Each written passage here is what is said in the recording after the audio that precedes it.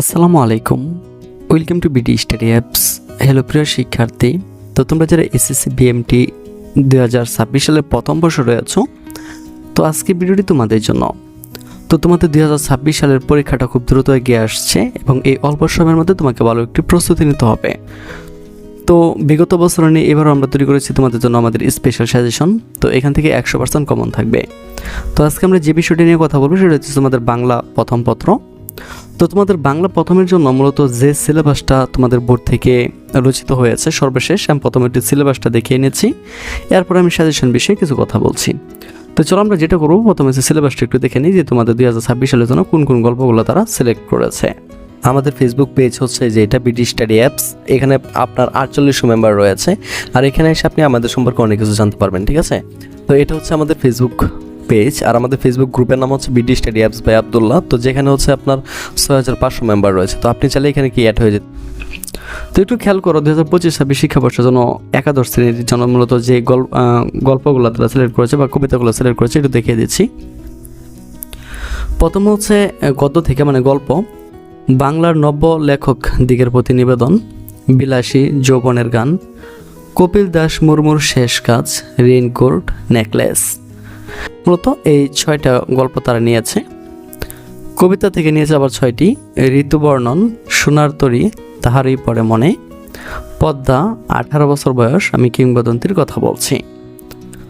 ওকে, তারপর উপন্যাস নিয়েছে তারা লাল সালু। ব্যাকরণ থেকে নিয়েছে তারা এই 6টা টপিক, বাংলা উচ্চারণের নিয়ম, বাংলা শব্দ গঠন, বাক্যতত্ত্ব, পারিভাষিক শব্দ, পত্র আবেদনপত্র, সারাংশ বা ভাব সম্প্রসারণ। তো এটা কিভাবে তোমাদের সিলেবাসটা রয়েছে, তো মানে প্রশ্নটা কিভাবে হবে সেটা আমি দেখিয়ে দিচ্ছি। তোমাদের প্রশ্নটা হবে এইভাবে, গদ্য থেকে 5টি প্রশ্ন থাকবে, তোমাকে 3টি প্রশ্ন উত্তর দিতে হবে, প্রত্যেকটার জন্য 5 করে, তো 3 5 15 নাম্বার এখানে থাকবে। কবিতা থেকে আবার 5টি প্রশ্ন দেবে, এখানে তোমাকে 3টি প্রশ্ন লিখতে হবে, প্রত্যেকটার জন্য 5 নাম্বার বরাদ্দ, তো টোটাল হচ্ছে 3 5 15 নাম্বার। উপন্যাস থেকে থাকবে 2টি, তোমাকে যে কোনো একটা প্রশ্ন উত্তর দিতে হবে, এখানে 5 নাম্বার।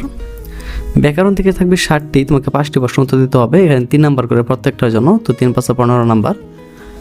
সারাংশ বা ভাব সম্প্রসারণ থাকবে 2টি, তোমাকে যে কোনো একটা উত্তর দিতে হবে, এখানে 5 নাম্বার থাকবে। পত্র বা আবেদনপত্র 2টি থাকবে, একটা নাও তোমাকে দিতে হবে, এখানে 5 নাম্বার। টোটাল এই 60 নাম্বারে তোমাদের পরীক্ষাটা হবে। আর 40 নাম্বার থাকবে তোমাদের কলেজের স্যারদের হাতে, এই হচ্ছে 100 নাম্বার। এখন এই 60-এর ভিতরে যদি তুমি 20 নাম্বার পাও, 2025 সালে এসএসসি বিএমটি ফার্স্ট ইয়ার আমাদের ফলাফল কেমন ছিল এবং আমাদের সাজেশন কেমন কোন পড়েছিল সেটা একটু দেখিয়ে দিচ্ছি। তো 2025 সালের এটা ছিল মানে 1 নাম্বার ব্যাচটা, তো আমাদের অনেকগুলো ব্যাচ থাকে, তার মধ্যে এটা হচ্ছে একটা ব্যাচ। তো আমি একটু দেখিয়ে দিচ্ছি আমাদের সাজেশনটা কেমন কোন পড়েছিল। তো রেজাল্ট কেমন হয়েছে সেটা পরে দেখাচ্ছি। তো আমরা একটু দেখিয়ে দিই যে আমাদের মূলত সাজেশনগুলো কেমন কোন পড়েছিল, ঠিক আছে। তো একটা দেখে দিচ্ছি, যেমন ইংরেজি পরীক্ষা কেমন হলো, পাশ করবার তো সবাই মূলত এটা নিয়ে পোস্ট করা হয়েছিল, তো একটু দেখে নিই। তো ইনশাল্লাহ আলহামদুলিল্লাহ অনেক ভালো হয়েছে, পাশ করব, জি ইনশাল্লাহ স্যার। তো দেখতেই পারতেছো যে আমাদের সাজেশনগুলো কত কমন পড়েছিল, ঠিক আছে। আমাদের হাতে এত সময় থাকে না, আমি জাস্ট একটা ব্যাচ থেকে দেখাচ্ছি আর রেজাল্টটা দেখাচ্ছি যে কার কেমন রেজাল্ট হয়েছিল। মাত্র কয়েকজন এখানে পোস্ট কমেন্ট করেছে, সবাই কমেন্ট করে হয়তো সময় পাই নাই। আলহামদুলিল্লাহ স্যার 4.25 অনেক ধন্যবাদ। আলহামদুলিল্লাহ জিপিএ 5, এক সাবজেক্টে ফেল আসছে এবার, আমি 4.06 বুট চ্যালেঞ্জ করবো কীভাবে। আলহামদুলিল্লাহ A+, আপনাকে অনেক অনেক ধন্যবাদ স্যার, জাজাকাল্লাহ। জিপিএ 5, তাহলে দেখো মাত্র কয়েকজন এখান থেকে তারা হচ্ছে কমেন্ট করেছে, তো এর মধ্যে কিন্তু জিপিএ 5 3-4টা চলে আসছে। আর দ্বিতীয়ত হচ্ছে দেখো 4.90, 4.05, অর্থাৎ যাদের রেজাল্ট আসছে সকালে কিন্তু মিনিমাম কিন্তু 4 পয়েন্টের উপর পাইছে। তো তুমি কিন্তু এভাবে পাইতে পারো, ঠিক আছে। অলরেডি আমাদের 2026 সালে ব্যাচ শুরু হয়ে গেছে এবং সাজেশন সেল হচ্ছে। তো তোমরা যারা 2026 সালে আমাদের এখানে ক্লাসগুলো করতে চাও আর হচ্ছে আমাদের সাজেশন নিতে চাও, তারা সরাসরি আমাদের সাথে কন্ট্যাক্ট করতে পারো। তো এখানে দেখো আমরা কীভাবে তাদেরকে কোর্সগুলো করাইছিলাম, তাদেরকে সাজেশন দেওয়ার পাশাপাশি এই দেখো আমরা এখানে তাদেরকে ক্লাস দিয়েছিলাম, ঠিক আছে। তাদের এখানে ক্লাস করেছি, হিসাব বিজ্ঞান ক্লাস করে দেখো মার্কেটিং নীতি ও প্রয়োগ ভালো করার সেরা উপায়, মানে কীভাবে পরীক্ষা দিয়ে তারা ভালো করতে পারবে, এগুলো কিন্তু আমরা এখানে শিখাইছিলাম। এই যে অর্থনীতি ও বাণিজ্যিক ভূগোল সব কিছু দেখাইছিলাম যে কীভাবে কী করতে হবে না করতে হবে, হিসাব বিজ্ঞান পাস করার উপায়। দ্বিতীয়ত যে হিসাব বিজ্ঞানের ক্লাস দিয়েছিলাম, দেখো অলরেডি এখানে 20টা ক্লাস তাদের হিসাব বিজ্ঞান দেওয়া হয়েছিল। ইংরেজিতে পাস করার সহজ উপায় সবগুলো দেখাইছিলাম। এক ভাই তো লেখাই দিয়েছে আই লাভ ইউ। আচ্ছা যাই হোক, এরপর দেখো ইংরেজি পিডিএফ নাম্বার, এইভাবে আমরা সব কিছু এখানে শেখাইছিলাম, ঠিক আছে। তো তোমাদের প্রত্যেকটা বিষয় যেমন ইংরেজি, তোমার হচ্ছে কি বলে এগুলো, হিসাব বিজ্ঞান, বিজনেস, ম্যাথ, এগুলো সবগুলো আমরা এখানে এক কোর্সে শেখাই মূলত। তো তোমরা যারা আমাদের কোর্সগুলো নিতে চাও 2026 সাল ব্যাচ আমাদের অলরেডি শুরু হয়ে গেছে, তারা তাড়াতাড়ি আমাদের সাথে যোগাযোগ করতে পারো। তাহলে অবশ্যই তুমিও ওদের মধ্যে গিয়ে পরীক্ষায় 100% ভালো একটা রেজাল্ট করতে পারবে। এবং যাদের জিপিএ 5 এর স্বপ্ন আছে, ওরা যদি জিপিএ 5 পাইতে পারে তাহলে তুমি অবশ্যই জিপিএ 5 পাইবা। একটু চেষ্টা করলেই হবে, ঠিক আছে। তো যাদের এরকম একটি স্বপ্ন আছে তারা দ্রুত আমাদের সাথে কন্ট্যাক্ট করতে পারো। তো আশা করি বিষয়টি তোমাদেরকে বোঝাতে পেরেছি। পেয়ে যাও, তাহলে তুমি পাস করে যাবা।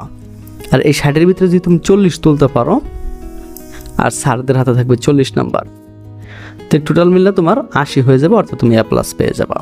বুঝতে পেরেছো? ওকে, তো চলো এবার আমরা সাজেশনে ফিরে যাই। তো তোমাদেরকে মূলত গল্পগুলো যেভাবে দেখালাম, কবিতাগুলো যেভাবে দেখালাম, উপন্যাসটা যেভাবে দেখালাম, আমাদের এই সাজেশনটা ঠিক এমনি করেই সাজানো হয়েছে। তো এখানে প্রত্যেকটা প্রশ্ন সুন্দরভাবে গুছিয়ে দেওয়া হয়েছে যে তোমাদের পরীক্ষাটা কীভাবে আসবে না আসবে সব কিছু এখানে রয়েছে। এখান থেকে তোমরা 100% কমন পাইবা। তো চলো প্রথমে একটু দেখিয়ে দিই। তো প্রথমে হচ্ছে আমরা যেটা করেছি, গল্পের নাম নিয়েছি, এরপরে গল্পের যে পাঠ পরিস্থিতিটা আছে এটা আমরা একটু দিয়ে দিয়েছি। এর ফলে যাদের বই নেই তাদের জন্য কিন্তু প্লাস পয়েন্ট হবে, অর্থাৎ যারা আমাদের সাজেশন নেবে তাদের কোনো বইয়ের দরকার নাই, এখান থেকে 100% কমন পড়বে।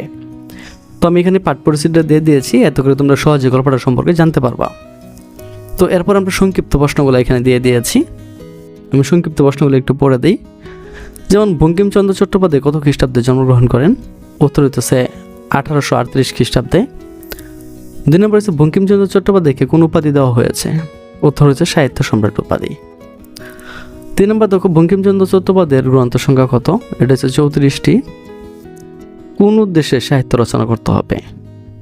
মানব কল্যাণের উদ্দেশ্যে। তারপর দেখো, কোন স্থানের অনেক লোক বর্তমানে টাকার জন্য সাহিত্য রচনা করে?